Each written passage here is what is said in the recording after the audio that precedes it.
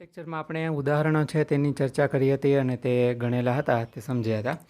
હવે આજે છે નિયમિત વર્તુળમય ગતિ, યુનિફોર્મ સર્ક્યુલર મોશન. જો આ ગતિ છે તે વર્તુળાકાર, આ ગતિનો જે પથ હશે તે વર્તુળાકાર હશે અને વર્તુળાકાર પથ પર પદાર્થ છે તેવા આકારમાં તે ગતિપથ પર ગતિ કરતો હશે. તેની ગતિ છે તે સમાન રહેતી હશે, તેની જે ઝડપ કે ગતિ વેગ છે તેમાં કોઈ ફેરફાર થતો નહીં હોય, પરંતુ તે વર્તુળાકાર પથ પર ગતિ કરે છે એટલે તેની સતત દિશા શું થાય? બદલાતી રહે છે. તેનો વેગ છે તેની દિશા સતત બદલાતી રહે છે. તેનો વેગ તો સરખો જ રહેશે. વેગ ધારો કે આપણે કહીએ 50 કિલોમીટર પર કલાકની ઝડપથી ગતિ કરતો હોય, વેગ હોય તેનો, તો તેનો વેગ 50 જ રહેશે આખા પથ પર, આખા ગતિપથ પર. પરંતુ કારણ કે તેની દિશા સતત બદલાય છે તેથી તે પ્રવેગી ગતિ કરે છે તેમ કહી શકશો. કારણ કે વેગ છે તે કેવો છે? સદિશ રાશિ છે, તેને મૂલ્ય અને દિશા બંને હોય છે. તો મૂલ્યમાં ફેરફાર થાય કે પછી દિશામાં ફેરફાર થાય કે પછી બંનેમાં ફેરફાર થાય તો વેગમાં ફેરફાર થયો ગણાય. અને સમય મુજબ જો વેગમાં ફેરફાર થતો હોય તો આપણે એને શું કહીએ? પ્રવેગી ગતિ કહીએ. તે પ્રવેગ આપણે કહીએ તેને, કે વેગમાં થતો ફેરફાર છેદમાં સમય, એટલે આપણે એને પ્રવેગ કહેતા હતા. તો પ્રવેગી ગતિ કરે છે તેમ હંમેશા કહી શકશો આપણે. કોઈ પણ જે પદાર્થ વર્તુળમય ગતિ કરે છે, વર્તુળમય વેગ જે છે તે, જેમ કે આપણે અહીં ઉદાહરણ લઈએ કે એક લંબચોરસ ગતિપથ છે, કોઈ એક એથ્લેટ છે અથવા તો કોઈ પણ વાહન, કોઈ પણ પદાર્થ છે, ધારો કે એ થી બી સુધી ગતિ કરે, બી થી સી સુધી, સી થી ડી સુધી અને ડી થી એ સુધી રિટર્ન પાછો આવે. તો એ સમય દરમિયાન, એ આખા ગતિપથ દરમિયાન એને કેટલી વાર એક્ઝેક્ટ જો ગતિપથ એને જાળવી રાખવો હોય, લંબચોરસ છે, પોઈન્ટ ટુ પોઈન્ટ જ જવું હોય, તો તેને શું સતત 4 વાર એને ગતિની, પોતાની ગતિની દિશા છે તે બદલવી પડે. એક તો બી પાસે બદલવી પડે, સી પાસે, ડી પાસે અને એ પાસે પાછી. ધારો કે એને આખો ગતિપથ છે તે પૂર્ણ કરવો હોય તો એ રીતે 3 કે 4 વાર એને સતત દિશા છે તે બદલવી પડે, ડિપેન્ડિંગ ઓન ટર્ન કેટલા લે છે. તો સતત પોતાની દિશા છે તે બદલવી પડશે. ધારો કે એ જ રીતે આપણે આ ષટકોણવાળો ગતિપથ લઈએ તો તેને 6 વાર દિશા બદલવી પડે. અષ્ટકોણ લઈએ તો 8 વાર તેને ગતિની દિશા બદલવી પડે. ધારો કે આવી રીતે ખૂણા વધારતા જ જઈએ, સતત વધારતા જઈએ, બરાબર. કોઈ પણ જે ગતિપથ છે, આપણે પહેલાં તે લંબચોરસ હતો, પછી ષટકોણ લીધો, અષ્ટકોણ છે, ધારો કે એના અનંત ખૂણાઓ લઈ લઈએ તો શું થશે? ઘણા બધા અનંત ખૂણાઓ લેશો તો આખો એક્ઝેક્ટ જે ગતિપથ છે એ કેવો થઈ જશે? સર્કલ જેવો, વર્તુળ જેવો થઈ જશે. એટલે આપણે ત્યારે તેને વર્તુળાકાર ગતિપથ કહેશું. અને વર્તુળાકાર ગતિપથ ઉપર કોઈ પદાર્થ ગતિ કરતો હોય તો તે અનંત વાર પોતાની દિશા છે તે બદલે છે એમ કહી શકાય. અથવા તો ઘણી બધી વાર, એમ ઘણી બધી વાર પોતાની દિશા બદલતો હશે. કારણ કે વર્તુળ છે તે આપણે શું અનંત ખૂણાઓ વડે આપણે બનેલું છે તેમ કહી શકીએ. તો તે ઘણી બધી વાર પોતાની દિશાઓ છે તે બદલવી પડશે તેને. જો આપણે જોઈએ કે ગતિની દિશા છે ષટકોણમાં, અષ્ટકોણમાં કઈ કઈ રીતે બદલે છે, અને એટલે પોતાની ગતિની દિશામાં ફેરફાર કરવો પડે તે પણ વધે છે જો આપણે ખૂણાઓ વધારતા જઈએ. તો જો અનંત સંખ્યામાં ગતિપથની બાજુઓ વધારીએ તો ગતિપથનો આકાર કેવો થઈ જાય? વર્તુળ બની જાય છે. અને વર્તુળ છે તેના દરેક બાજુઓની લંબાઈ પણ ઘટીને કેવી થઈ જશે? બિંદુવત, બરાબર. બધી બાજુ છે તે બિંદુવત થઈ જશે. જો એથ્લેટ વર્તુળાકાર પથ પર અચળ મૂલ્ય ધરાવતા વેગથી દોડતો હોય તો તેના વેગમાં થતો ફેરફાર માત્ર ગતિની દિશા બદલવાને કારણે જ થશે.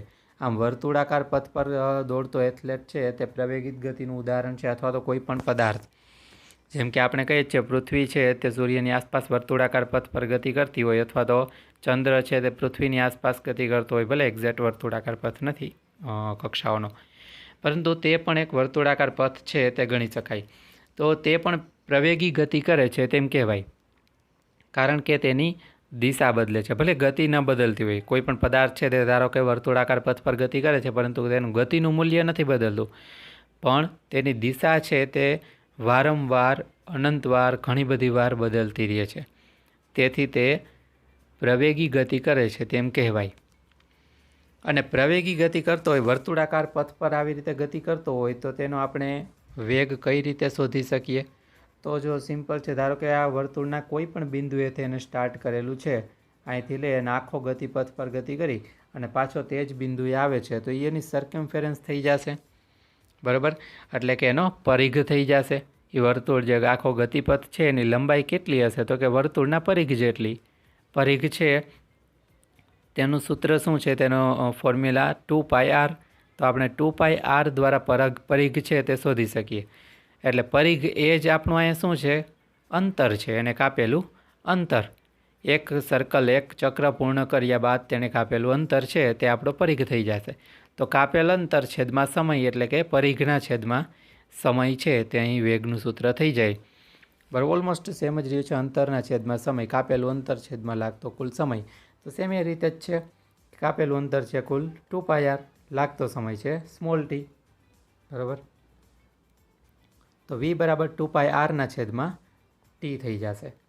જો આપણે એક અહીં બીજી પણ પ્રવૃત્તિ આપેલી છે કે કોઈ આપણે પથ્થર છે તેને દોરી સાથે બાંધી અને રાઉન્ડમાં ફેરવતા હોઈએ, તો તે પણ એક પ્રવેગી ગતિનું ઉદાહરણ છે. અને તે પથ્થર છે તે દરેક વર્તુળના દરેક બિંદુ પાસે પોતાની દિશા બદલે છે. એક વર્તુળ છે તેની આસપાસ આપણે જે કોઈ પણ બિંદુએ પદાર્થની ગતિ છે તેની દિશા સતત બદલાય છે. કઈ રીતે સાબિત પ્રૂવ કરી શકીએ? કે જો એ બિંદુએ આપણે સ્પર્શક દોરીએ ને, ધારો કે કોઈ પદાર્થ છે તે ઘડિયાળના કાંટાની વિરુદ્ધ દિશામાં ધારો કે ગતિ કરે છે. આપણે જોઈએ, જો ધારો કે કોઈ પદાર્થ છે તે આવી રીતે ઘડિયાળના કાંટાની વિરુદ્ધ દિશામાં ગતિ કરે છે, તો કોઈ પણ બિંદુએ, ધારો કે અહીંયા એ બિંદુ પાસે હું સ્પર્શક દોરું તો આ રીતે થશે, બી બિંદુ પાસે સ્પર્શક દોરું તો આ રીતે, સી બિંદુ પાસે કે ડી બિંદુ કે ઈ બિંદુ, કોઈ પણ અનંત બિંદુ હું લઈ શકું વર્તુળ પર. અને જે બિંદુ પાસે હું સ્પર્શક દોરીશ એ સ્પર્શક છે તે પદાર્થની ગતિની દિશા દર્શાવશે.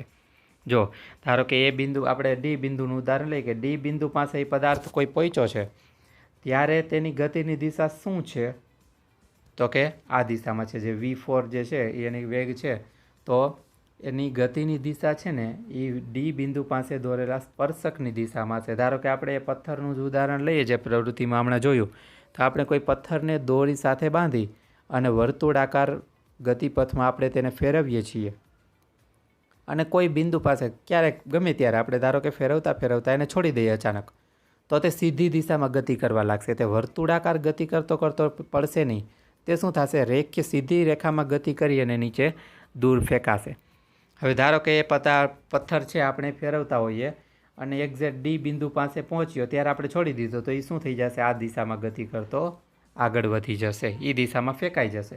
ધારો કે તે આપણે ફેરવતા હોઈએ અને સી બિંદુ પાસે પહોંચ્યો, ત્યારે આપણે તેને છોડી દીધો હોય, તો તે આ દિશામાં ગતિ કરતો આગળ વધી જશે, દૂર ફેંકાઈ જશે.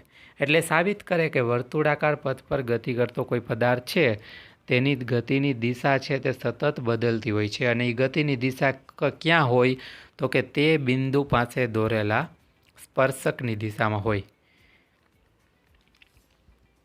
એટલે આ રીતે સતત કોઈ પણ પદાર્થ છે તેની ગતિની દિશા બદલાવાને લીધે તે વર્તુળાકાર પથ પર ગતિ કરતો કોઈ પણ પદાર્થ છે તે પ્રવેગી ગતિ કરે છે તેમ કહી શકીએ. એટલે આ પ્રવૃત્તિ છે તે આ મુજબ હતી. અને બાકીનું જે છે તે પણ કોઈ પણ જે ઉદાહરણ સામાન્ય આપેલા છે. અહીંયા આપણું ચેપ્ટર છે તે કમ્પ્લીટ થાય છે. નેક્સ્ટ લેક્ચરમાં આપણે સ્વાધ્યાયના પ્રશ્નો છે તે સોલ્વ કરશું.